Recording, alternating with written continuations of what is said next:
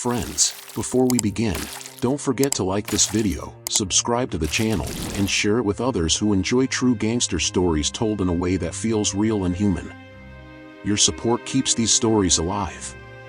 The winter wind in Philadelphia was cruel, the kind that cut through coats and stung your face. Frank Sheeran pulled his collar tight as he walked, his boots crunching on frozen pavement. To anyone passing by, he looked like another tired truck driver making his way home after a long shift. But there was something in the way he carried himself, steady and heavy, as if he had learned long ago to keep moving no matter what storms came his way. Frank wasn't born into crime. He came from Darby, Pennsylvania, the son of a house painter, raised in a working-class Irish Catholic neighborhood. He knew about long hours, empty pockets, and the grind of ordinary life. Nothing about him stood out, and maybe that's why people underestimated him. He was an outsider in the world that would one day claim him, a world filled with Italian names and strict codes. But before all that, he was just a soldier. He had enlisted before the country fully understood the size of the war ahead. Once Pearl Harbor was attacked, there was no turning back. Frank went overseas with the 45th Infantry Division, and what he experienced there never left him. He fought in Sicily, at Anzio, all the way into Germany. He was in combat far longer than most men, days upon days of killing, of seeing friends fall, of being ordered to do things that in civilian life would have been called crimes. He learned to survive by following orders without hesitation. Prisoners were shot, enemies were executed without trial, and every act of violence became routine. War stripped him down to the bone, erased his conscience, and left him with only one lesson: you do what you're told, and you live to see another day. When he came back, America felt strange. Streets were filled with noise and laughter, but to him it all seemed hollow. He married, drove a truck, tried to raise a family. On the outside, he looked like any working man. On the inside, the war had carved him into someone colder, someone quick to anger, someone who could never quite shake the battlefield. One night on a trolley, after a man mouthed off, Frank's fists flew before he even thought about it. It was instinct, the same instinct that had kept him alive in Europe. Money was always short, and Frank's hands itched for more than just honest work. He started running small jobs for loan sharks, dipping his toes into the underworld of Philadelphia. Nothing big at first, just enough to see how things worked. Then came the night his truck broke down on the road. Hood up, steam rising, he cursed under his breath until another car stopped. Out stepped a man who didn't look like much, just calm and quiet, like someone who fixed watches for a living. He showed Frank how to get the engine running again, gave a small smile, and drove off. Later, Frank learned that man's name, Russell Buffalino. That simple meeting would change everything. Russell wasn't flashy, wasn't loud, but in his calm voice was a power Frank recognized immediately, the same kind of power that gave orders in war, only quieter, deadlier. And from that night on, Frank's life was no longer his own. Russell Buffalino didn't make a show of power. He didn't need to. He spoke in a calm tone, moved with quiet patience, and carried an authority that was more frightening than any man who shouted. For Frank, who had lived through the war, that calmness felt familiar. It was the same steady presence a commanding officer gave when the bullets were flying, no panic, just decisions that meant life or death. Frank started small with Russell. He drove him places, waited in the car while Russell disappeared into diners and back rooms. He carried envelopes, made deliveries, asked no questions. Every job was a test, and Frank passed them all with his silence. He was reliable, and in their world, reliability was more valuable than gold. Soon, men nodded at him when he walked into smoke-filled bars or dim restaurants. He was no longer just a truck driver. He was becoming someone people noticed, but never too much. It wasn't long before Russell introduced him to someone whose name carried weight across the country. A dinner was arranged in Chicago, not in some dark corner but in a bustling steakhouse where the smell of charred meat filled the air and heavy glasses clinked on tables. That was where Frank first met James Hoffa. Hoffa wasn't tall, but the moment he walked in, he commanded the room. His voice was quick, sharp, the kind of voice that filled halls and union rallies. He shook hands like a man who expected you to remember it. His eyes missed nothing, calculated, burning with a kind of energy that felt bigger than the man himself. They sat across from each other, plates steaming between them. Hoffa leaned forward, lowering his voice. "I heard you paint houses." The words were casual, but Frank understood immediately. It was code, a way of asking if Frank could kill for him. Frank didn't blink. "I also do my own plumbing," he said evenly, letting Hoffa know he handled the cleanup too. A grin spread across Hoffa's face, wide and satisfied. In that moment, a bond was formed, one that would change both of their lives. Frank wasn't just Russell's man anymore. He was now Hoffa's guy, the muscle at his side, the shadow in every room. At first, the jobs were simple. Hoffa had rivals inside the union who needed a reminder of where they stood. Frank delivered those reminders without hesitation, sometimes with words, sometimes with a hard look, sometimes with his fists. The message was always clear: Jimmy Hoffa had muscle, and his name was Frank Sheeran. It didn't take long for Frank to realize the size of the world he had stepped into. Hoffa didn't just run meetings, he ran men, hundreds of thousands of them, truck drivers who could bring the country's economy to its knees with a single strike. And behind all that power was the Teamsters Pension Fund, a treasure chest that the mob and politicians alike wanted their hands in. Frank was the bridge between these worlds, trusted by both sides because he never betrayed a word. But with trust came weight.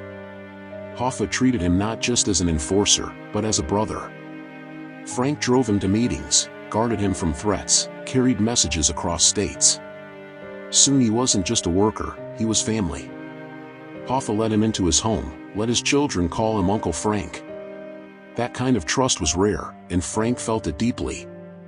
Still, in the back of his mind, Frank knew what this world was.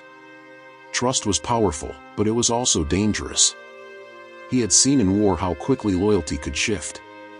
And though Hoffa's grin that night at the steakhouse had seemed unshakable, Frank already sensed that this path he was on was leading to a place with no return.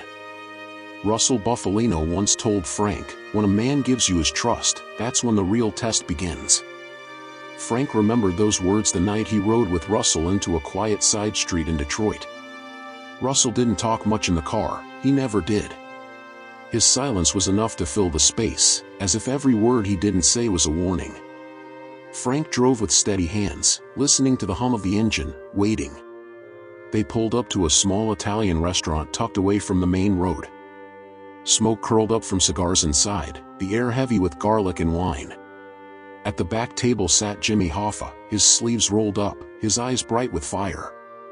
Around him were men in dark suits, men whose names Frank didn't know but whose presence made it clear they weren't the kind you ignored. Hoffa waved Frank over with the easy confidence of a man who thought the world bent toward him. "Sit down, Frank," he said, like he was inviting a brother to the table. Russell nodded once, quiet approval in his eyes. Frank sat, listening more than he spoke, letting the room reveal itself. That night, something shifted. Hoffa introduced him not as a driver or a helper, but as his man. "This is Frank," Hoffa said with a grin. "He takes care of things." No last name, no explanations. Just a sentence that told everyone in the room what they needed to know. From then on, Frank wasn't just a man on the outside. He was at the edge of the circle, close enough to feel the heat of power. Soon after, Hoffa gave him his first real task. A union boss in Detroit had been making noise, threatening to break ranks, even whispering about taking deals with rivals. Hoffa didn't want it to get messy, just handled. Frank drove out one evening, knocked on the man's door, and made sure the message was clear. No shouting, no blood, just a look in the man's eyes that told him exactly what would happen if he didn't fall in line. By morning, the problem was solved. Hoffa noticed. "You've got a way about you," he told Frank later, a smirk tugging at his lips. "You don't need to raise your voice to be heard." From that moment, Frank's reputation began to grow. He became the man who could be counted on to do what needed doing, no questions asked. Some nights it was delivering money across state lines. Other nights it was standing watch at Hoffa's side, his presence enough to keep trouble from starting. And sometimes it was darker, jobs where Frank walked in, left behind silence, and carried the weight of it home with him. He never bragged. He never explained. He just showed up the next day, steady as always. Through it all, Hoffa drew closer to him. They rode for hours together in cars, sometimes in silence, sometimes with Hoffa talking about family, about the future, about enemies he intended to crush.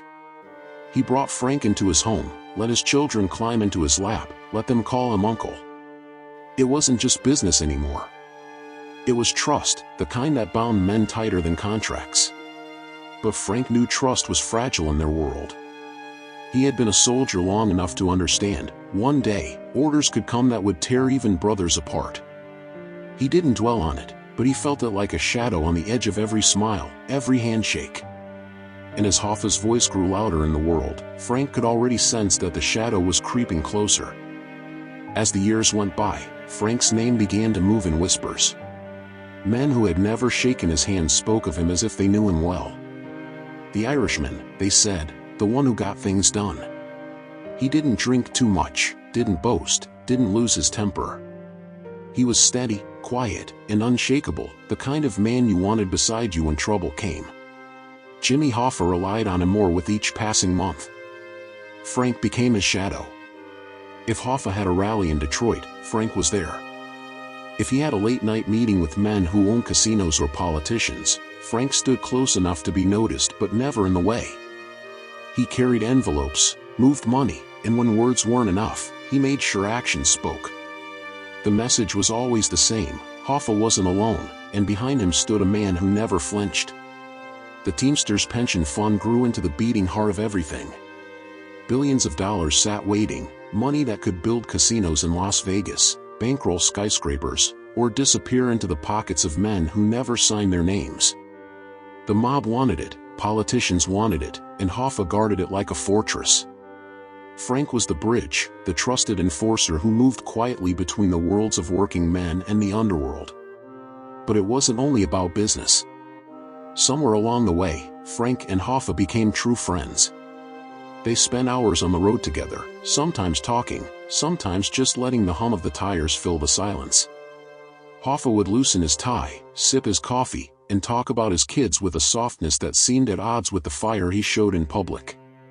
Frank listened, nodded, and kept those moments close. For a man who had spent his life following orders, that kind of bond was rare.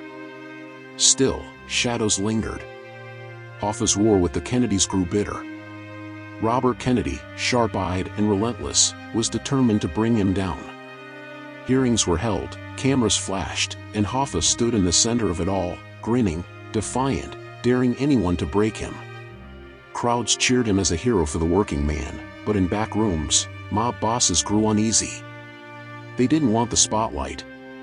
They wanted silence, profit, and control. Hoffa's fire was good for speeches, but dangerous for business. Frank noticed the change. Russell Buffalino, always calm, started to say more with fewer words. Over pasta in small restaurants, he'd lean in, his voice low. Jimmy's drawing too much attention. No threats, no raised voice. Just the kind of quiet warning that carried the weight of a hammer. Frank nodded, said little, and carried the words with him. He didn't repeat them to Hoffa, but he felt the tension building between the two men he trusted most. Hoffa with his booming presence, demanding loyalty. Russell with his steady calm, demanding obedience. Frank stood between them, knowing one day, he might have to choose. And yet, when Hoffa clapped him on the shoulder after a long meeting and said, "You're my guy, Frank. I'd go to hell and back with you," Frank believed him. He wanted to believe him. But deep inside, he knew hell was coming closer, step by step, and loyalty would not be enough to stop it. The storm came the way Frank knew it would, slow at first, then all at once. Hoffa's enemies circled him, and the government finally landed their blow. Fraud, bribery, jury tampering, the charges piled up until even Hoffa couldn't shout them down. When the sentence came, 13 years behind bars, the cameras caught him standing tall, jaw tight, fire still in his eyes. To the crowd, he looked unbreakable. But Frank, standing just behind him, saw the truth. He saw the way Hoffa's hands clenched when no one was looking, the way his smile slipped when the lights went off. On the morning Hoffa surrendered, Frank drove him to the prison gates. The roads were quiet, the city waking up slow. Neither man spoke much. Finally, Hoffa broke the silence. "They won't keep me down. I'll be back, Frank. You watch." Frank nodded, eyes on the road, knowing Hoffa believed every word. If anyone could come back swinging, it was Jimmy Hoffa. But while Hoffa counted days behind bars, the world moved on. The mob made sure the union didn't stop running.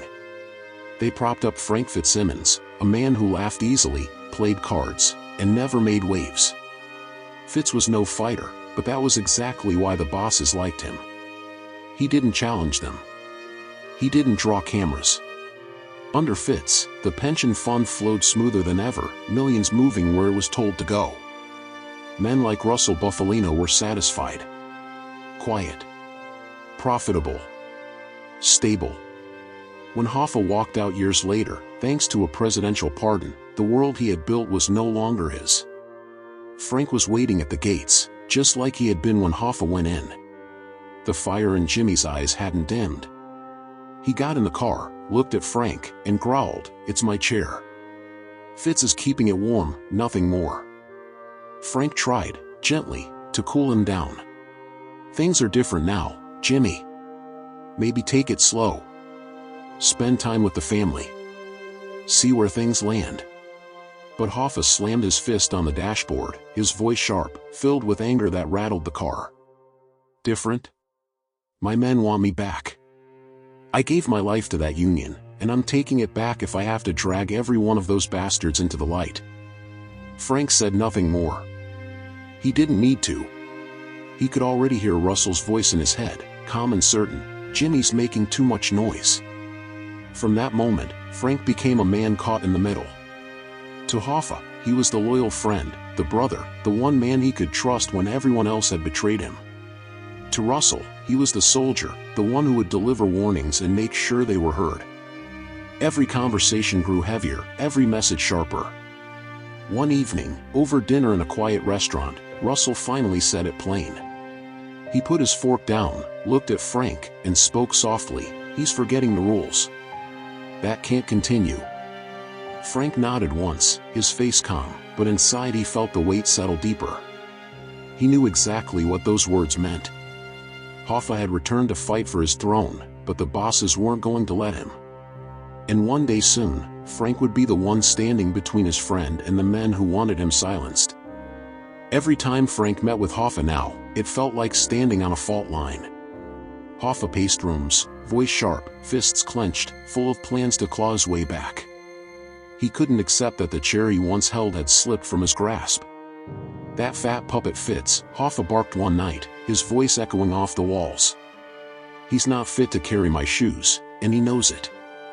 They all know it. But they'll see, Frank. They'll see when I come back." Frank listened in silence, sipping his coffee, his face calm. But inside, he carried the weight of every word. Hoffa wasn't just threatening to take back the union, he was threatening the peace the mob had carefully built. And in their world, peace was bought with silence. Back with Russell, the tone was different. No anger, no fire, just the soft certainty of a man who never needed to raise his voice.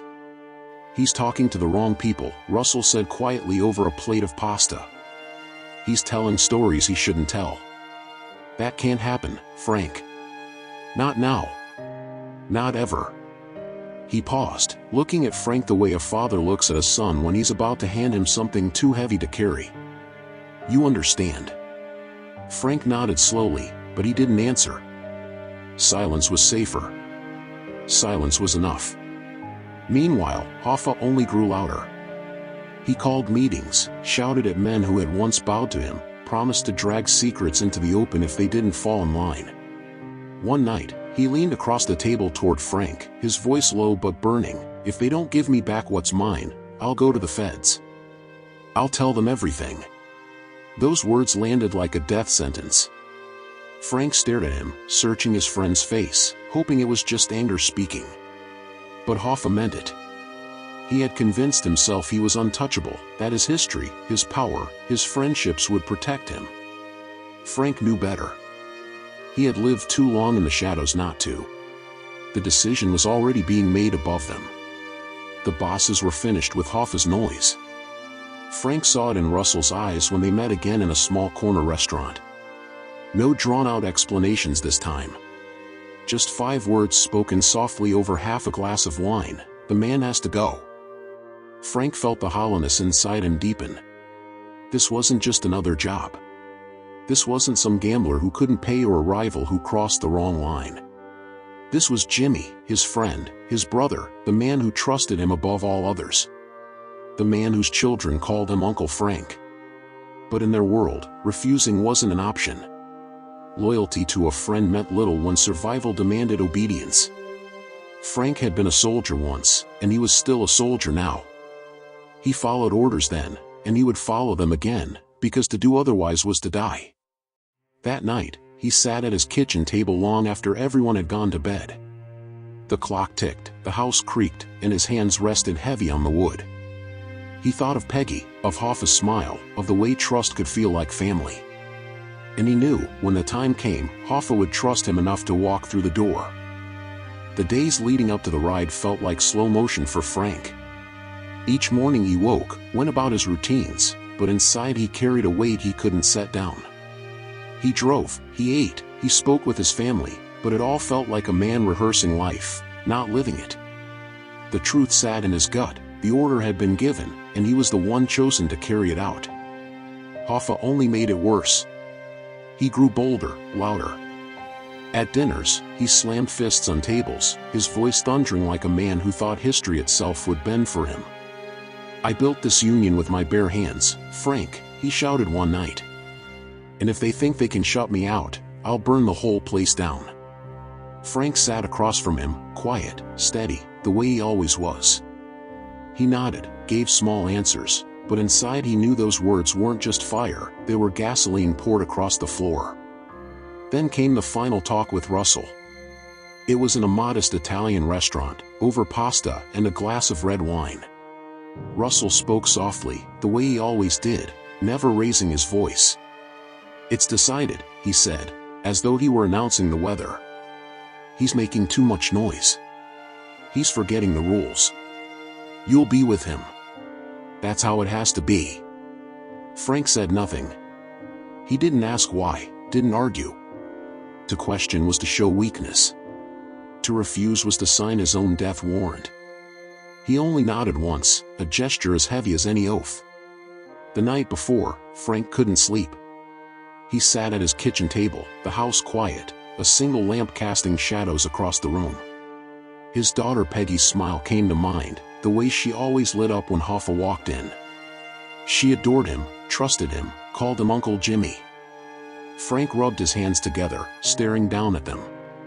These were the same hands that had once held her tiny fingers, and now they would be used to betray the man she loved like family.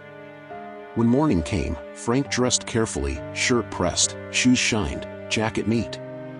He looked in the mirror and forced his face into calm. No one would see the storm beneath. He drove to the meeting point where the others waited. The air in the car was thick with silence. No one spoke. They didn't need to. Each man knew what the day was about, and none wanted to say it out loud. At the Red Fox restaurant, Hoffa stood outside, pacing with his hands on his hips, anger clear on his face. When he saw the car, his expression softened. He recognized Chucky behind the wheel, his foster son. He saw Frank in the back seat, the man he trusted above all others. Relief washed over him. He opened the door, muttering, "What the hell took you so long?" His voice carried impatience, not suspicion. He settled into the seat beside Frank, certain he was safe. He didn't know the truth. He didn't know the ride he was on wasn't taking him to a meeting, but to the end. The drive was short, but to Frank it felt endless. Hoffa sat beside him, grumbling about being kept waiting, his voice sharp and restless. "These people don't respect time, Frank. They think they can keep me standing in a damn parking lot." His words filled the car, each complaint a reminder of the fire that had carried him for decades. Frank nodded, gave small replies, but his mind was elsewhere. Every block they passed was a step closer to something final. The car turned into the driveway of an ordinary suburban house. Nothing about it looked suspicious: curtains drawn, lawn trimmed, the kind of place where kids might ride bikes in the street. Hoffa didn't question it. He saw no danger with Frank at his side. To him, this was just another meeting, another chance to flex his will. Frank stepped out first, steady, his face unreadable. He opened the door for Hoffa. "They're inside," he said simply. Hoffa muttered under his breath and walked in, his shoulders square, ready for an argument he thought he could win. But the house was empty. Too quiet. Hoffa stopped just a few steps in, his head turning slightly as confusion flickered across his face. He realized something was wrong, but he realized it too late. Frank was behind him, the pistol already raised. In war, he had been taught to act without hesitation, and that training returned like muscle memory. 2 shots rang out, sharp and final. Hoffa fell forward, his body crumpling to the floor with no time for words, no time for disbelief to turn into anger. The man who had fought presidents, who had filled halls with his voice, who had trusted Frank like a brother, was gone in an instant. For a long moment, Frank just stood there. The smell of gunpowder hung in the air, the silence pressing in on him. He looked down at his friend's body, and something hollow opened inside him. He had done many things in his life, but this was different. This was family. This was trust betrayed by the one man Hoffa believed would never betray him. The others stepped in quickly, moving with practiced efficiency.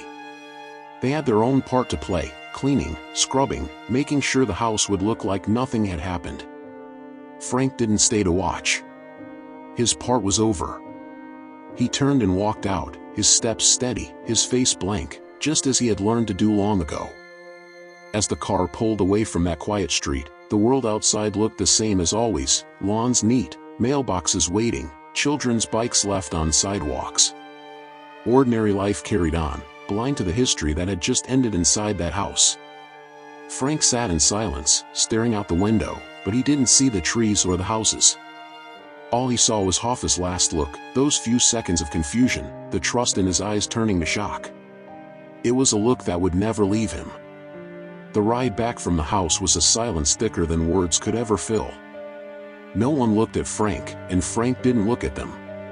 In that world, there were no congratulations, no handshakes, no job well done. There was only the knowledge that it was finished, and that it was never to be spoken of again. When the car dropped him off, Frank stepped into his home like any other night. He washed his hands, sat at the kitchen table, and tried to act normal. His wife asked about dinner, and he answered with a nod. But the image of Hoffa lying on that floor played in his head, again and again, like a reel that wouldn't stop turning. He didn't eat. He barely spoke. The weight pressed deeper with every breath. The next morning, the country woke to the news: Jimmy Hoffa was missing. Radios buzzed, newspapers splashed his name across front pages, television anchors speculated in grave tones. Some said it was a mob hit. Others whispered that Hoffa had vanished by choice. The FBI promised to dig, to tear apart every lead until they found him.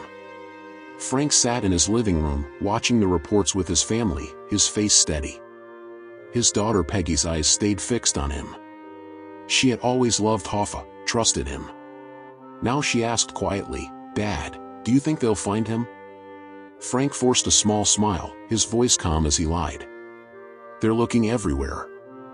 He'll turn up." But Peggy didn't believe it.